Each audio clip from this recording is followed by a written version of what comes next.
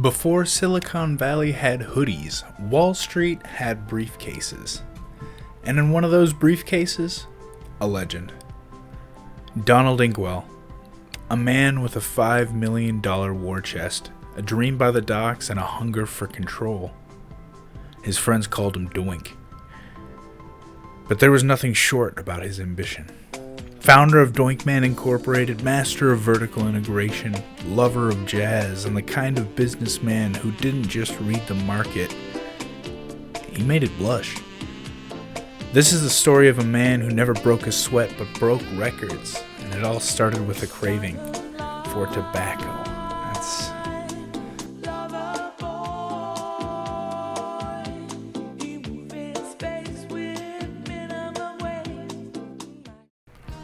Our story begins not in a boardroom, but in the calm, static heart of Kennefic, a city too sleepy to see what was coming. That's where Donald Inkwell planted his first flag, a modest convenience store, tucked between aging brick buildings and forgotten bus stops. With $5 million in capital and a stomach full of ambition, Doink wasn't calculating a legacy. He was chasing a feeling, eager but hesitant, hopeful but green. Doink Man Inc. started with the oddest shelf you've ever seen. Lemon sherbet, mint syrup, pumpkin, and quail eggs. All shipped fresh off the seaport and stocked like luxury in a corner store. It didn't make sense to anyone else, but to Donald, it felt like the beginning of something. And in Kennefic, nothing new ever begins until it does. Business was good. Too good. Doink Man Inc. was humming along, and Donald had already started quietly snapping up empty plots along the city outskirts. Land he told no one about, but stared at like it owed him something. The tipping point came one morning, mid-cigarette, mid-inventory order. Tobacco was out. Again.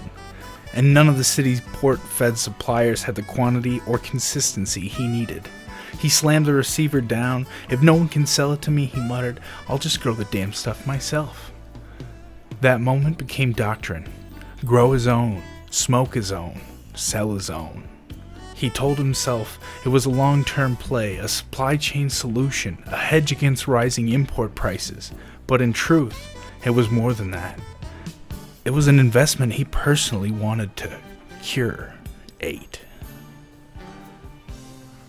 The plan stopped being a plan the day Donald signed the loan papers. $2 million in borrowed capital, leveraged against his future, and his pride. With it, he acquired a mid-sized farm just beyond the plots he had already bought, snagged it at a slight discount, and finally broke ground. The convenience store king of Kennefic was now a farmer. It wasn't blind ambition. After weeks of market research and sleepless nights, he settled on a strategic trio. Eggs for stable export, sugar for scale, and tobacco for profit, even if seasonal. But strategy doesn't cover payroll, and vision doesn't irrigate fields. Breaking ground cost more than money. It strained everything. Time, trust, and Doink's ever-fraying nerves. But then came the moment. One boot sunk in damp soil, one glove cradling the first cutting. Tobacco or cane, it didn't matter. It was the first of many, and in that quiet, humid silence, something clicked. You could say he was feeling a little puffed up at his success. Things were finally clicking.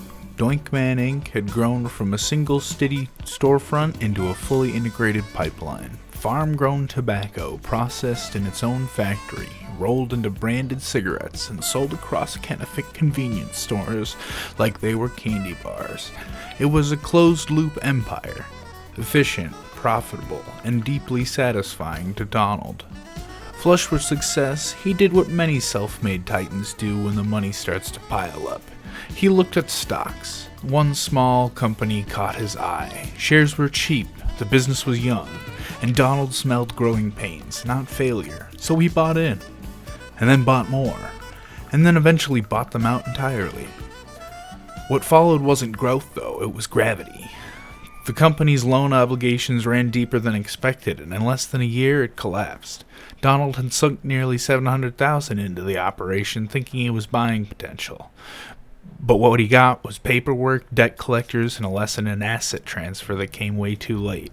"You take your losses," he muttered to himself, watching the ticker bleed red, "and try not to get too romantic with your sunk costs." Donald wasn't done. He couldn't afford to be. Somewhere between a fog of debt and ego, he found something no one else wanted: a floundering flower company. They grew vibrant product, sure, but they were drowning in debt and had no retail space to move inventory. It was a wilting business. But Donald? He smelled opportunity. He started scooping up shares for pennies on the dollar, quietly, patiently. When the time was right, he pounced, taking out a monster $35 million loan, using a recent 1,000% stock gain as his safety net. With that cash, he funneled capital directly into the flower firm, helping them buy back their bonds and eliminate $2 million in annual interest. Then came the second half of the plan: open up a dedicated flower retail space, finally putting their product in front of customers. It wasn't an overnight miracle, but the market started to notice. Sales climbed, debt dropped, and the flower company bloomed into profitability. Doink Man Inc. had itself a new passive income stream and a floral supplier. That move changed how people talked about Donald Inkwell. No longer just a retailer, he was now a regional kingmaker, quietly acquiring the veins that fed the body of commerce. And for the first time in a long time, he sat back, lit a pipe, and allowed himself a moment of true satisfaction. Success comes with weight. And Donald Inkwell was now carrying two companies on his back. The acquisition had looked clean on paper, but running the flower subsidiary proved far messier. He had underestimated just how much money it would take to stabilize the business. Worse still, he couldn't fully trust the AI-driven operations. He spent sleepless nights manually checking every decision, every dollar. For months, the parent company, Doink Man Inc., operated on fumes, spending every cent of its profit to keep the flower business alive. Donald ran a tight ship, personally overseeing budgets, hunting inefficiencies, and keeping his own wages low. The fear of repeating past mistakes haunted him. He couldn't stomach another collapse. The turning point came when he and the subsidiary CEO finally agreed on an aggressive advertising budget. With that, the customers started noticing. Market share ticked upward. For the first time, Donald saw the light at the end of the tulip-scented tunnel. It was chaotic. It was exhausting. But as profits returned and pressure eased, Donald took a breath, loosened his tie, and muttered a single word to no one in particular: tumultuous. The smoke had cleared, the debts were paid, the machines, both retail and floral, were running smoothly.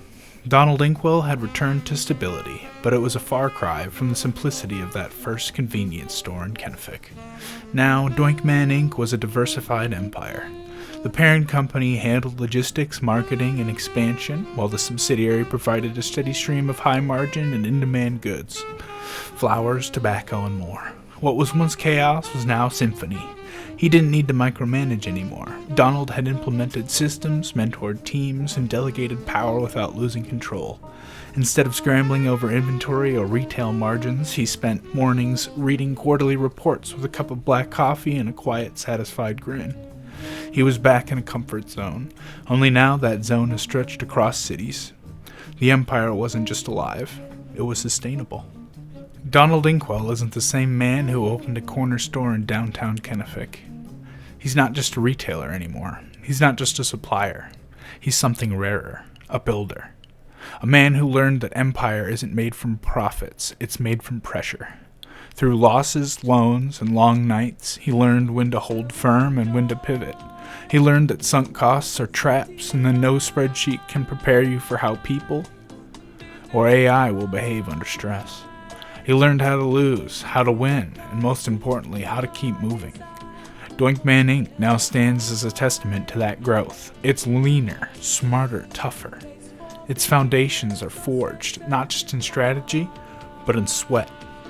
Donald doesn't chase the next big thing anymore. He builds it, brick by brick.